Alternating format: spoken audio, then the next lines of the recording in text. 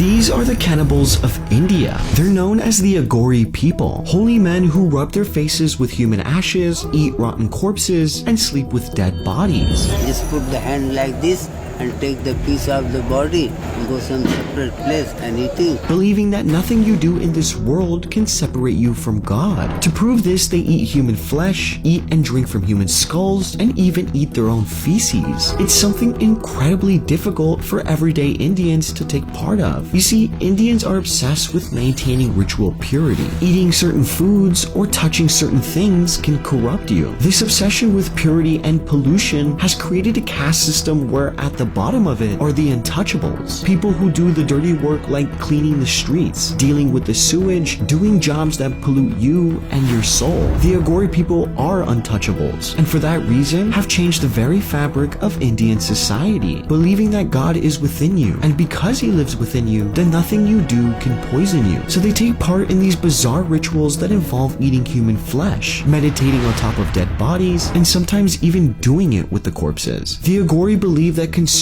a human body brings them energy and power. You typically find them hanging out in the cremation grounds in Varanasi, an old city in India that for nearly 4,000 years, bodies have been burning right here in this exact spot, burned on the same flame which they call their eternal fire. The reason thousands of people want to die here and be burned is because they won't be reborn again. No reincarnation, meaning their souls go to paradise. No reborn again, soul paradise.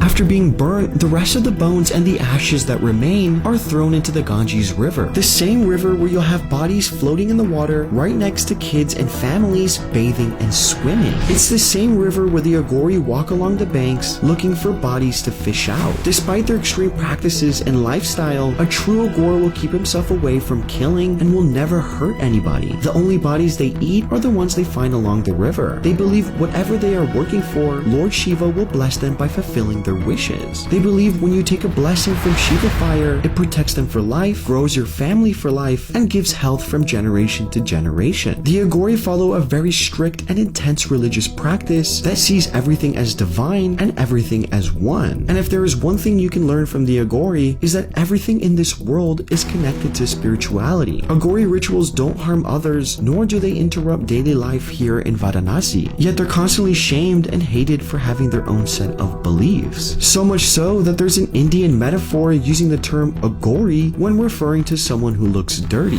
No matter how scary or unknown it is, it too comes from the same divine source all things come from. The Agori recognize this oneness and will take it to the absolute extremes to experience it. They see beauty and light in everything. They don't feel fear, hate, or disgust. They just follow a path of non-discrimination.